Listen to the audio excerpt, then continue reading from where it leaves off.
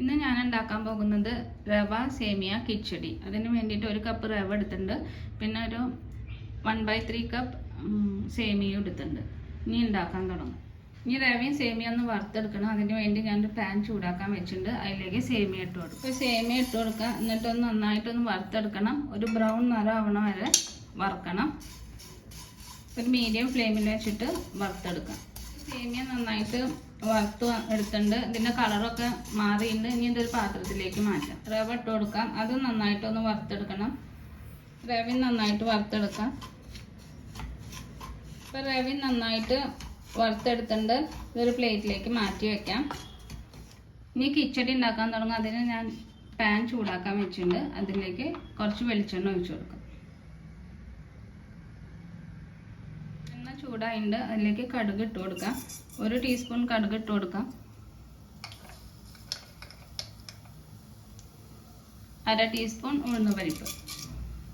കടുകൊക്കെ പൊട്ടി വന്നു. ഉഴുന്നുപരിപ്പൊക്കെ നന്നായിട്ട് മൂത്തു. ഇനി അതിലേക്ക് ഒരു കഷ്ണം ഇഞ്ചി ചെറുതായി അരിഞ്ഞത് ഇട്ട് കൊടുക്കാം. ഇഞ്ചി ഇട്ട് കൊടുത്തു. ഇനി അതിലേക്ക് 2 പച്ചമുളക് ചെറുതായി അരിഞ്ഞത്, പിന്നെ ഒരു സവോള ചെറുതായി അരിഞ്ഞത്, പിന്നെ കുറച്ച് കറിവേപ്പില.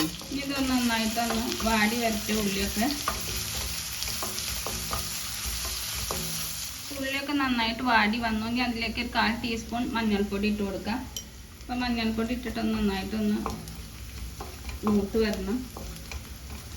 ഇനി അതിലേക്ക് പച്ചക്കറികൾ ഇട്ട് കൊടുക്കാം. ഞാൻ ഇവിടെ എടുത്ത പച്ചക്കറികൾ ക്യാരറ്റ്, ഒരു ചെറിയ കഷ്ണം ക്യാരറ്റ്, പിന്നെ ചെറിയൊരു ഉരുളക്കിഴങ്ങ്, പിന്നെ ഗ്രീൻ പീസ്, ഫ്രോസൺ ഗ്രീൻ പീസാണ് എടുത്തിരിക്കുന്നത്. ഇനി ബീൻസ് ഇഷ്ടമുള്ളവർക്ക് ബീൻസ് എടുക്കാം. ഓരോരുത്തരുടെ ഇഷ്ടത്തിന് പച്ചക്കറി ആഡ് ചെയ്യാം. അപ്പം ഞാനിത് ഇട്ട് കൊടുക്കട്ടെ ഇതിലേക്ക്. ഈ പച്ചക്കറിയൊക്കെ നന്നായിട്ടൊന്ന് വെന്ത് വരണം. അപ്പോൾ പച്ചക്കറിയൊക്കെ നന്നായിട്ട് വെന്തുണ്ട്. ഇനി ഇതിലേക്ക് വെള്ളം ഒഴിച്ചു കൊടുക്കാം. ഞാനിവിടെ 1/2 കപ്പ് വെള്ളമാണ് എടുത്തിരിക്കുന്നത്. അത് ഇതിലേക്ക് ഒഴിച്ചു കൊടുക്കാം. ഇതിലേക്ക് ആവശ്യത്തിനുള്ള ഉപ്പ് ഇട്ട് കൊടുക്കാം. എന്നിട്ട് ഇത് നന്നായിട്ടൊന്ന് തിളക്കട്ടെ. അപ്പോൾ വെള്ളം നന്നായിട്ട് തിളച്ചു. ഇനി അതിലേക്ക് സേമിയ ഇട്ട് കൊടുക്കാം. ഈ സേമിയ ഇതിൽ കിടന്നിട്ട് നന്നായിട്ടൊന്ന് വേവട്ടെ. എന്നിട്ട് റവ ഇട്ട് കൊടുക്കാം. ഇപ്പോൾ സേമിയൊക്കെ നന്നായിട്ട് വെന്തുണ്ട്. ഒരു 5 മിനിറ്റിൻ്റെ ഉള്ളിൽ ഇത് വെന്ത് കിട്ടും സേമിയ. ഇനി റവ ഇട്ട് കൊടുക്കാം.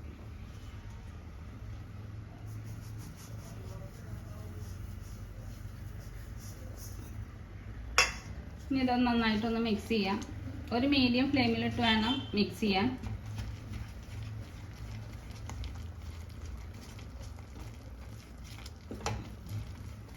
റവ ഇട്ടിട്ട് നന്നായിട്ട് മിക്സ് ചെയ്തിട്ടുണ്ട്. ഇനി ഇതൊരു 5 മിനിറ്റ് ഒന്ന് മൂടി വെക്കാം. റവ ഇട്ടിട്ട് നന്നായിട്ട് മിക്സ് ചെയ്തു. ഇനി ഇതിൻ്റെ മുകളിൽ കുറച്ച് വെളിച്ചെണ്ണ ഒഴിച്ചു കൊടുക്കാം. എന്നിട്ട് ഇതൊന്ന് മൂടി വെക്കണം. ഒരു 5 മിനിറ്റ് ഇതൊന്ന് മൂടി വെക്കാം. അപ്പോഴേക്ക് ഇത് സെറ്റായി കിട്ടും.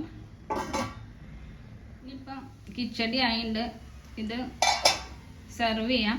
പിന്നെ അടച്ചു വയ്ക്കുമ്പോൾ തീ ഓഫ് ചെയ്തിട്ട് വേണം അടച്ചു വയ്ക്കാൻ. അപ്പം കോക്കനട്ട് ചട്നിയുടെ കൂടെ സെർവ് ചെയ്യാം. ഇപ്പം തയ്യാറായിട്ടുണ്ട്. തേങ്ങാ ചട്നിയുടെ കൂടെ കഴിക്കാം. ഇങ്ങനെ കഴിക്കാൻ ഇഷ്ടമുള്ളവർക്ക് ഇങ്ങനെ കഴിക്കാം. പിന്നെ പഴത്തിൻ്റെ കൂടെ കഴിക്കാം. അപ്പോൾ എല്ലാവരും ഉണ്ടാക്കി നോക്കും. ഇഷ്ടപ്പെട്ടാൽ ലൈക്ക് ചെയ്യോ, ഷെയർ ചെയ്യോ, സബ്സ്ക്രൈബ് ചെയ്യോ. Thanks for watching.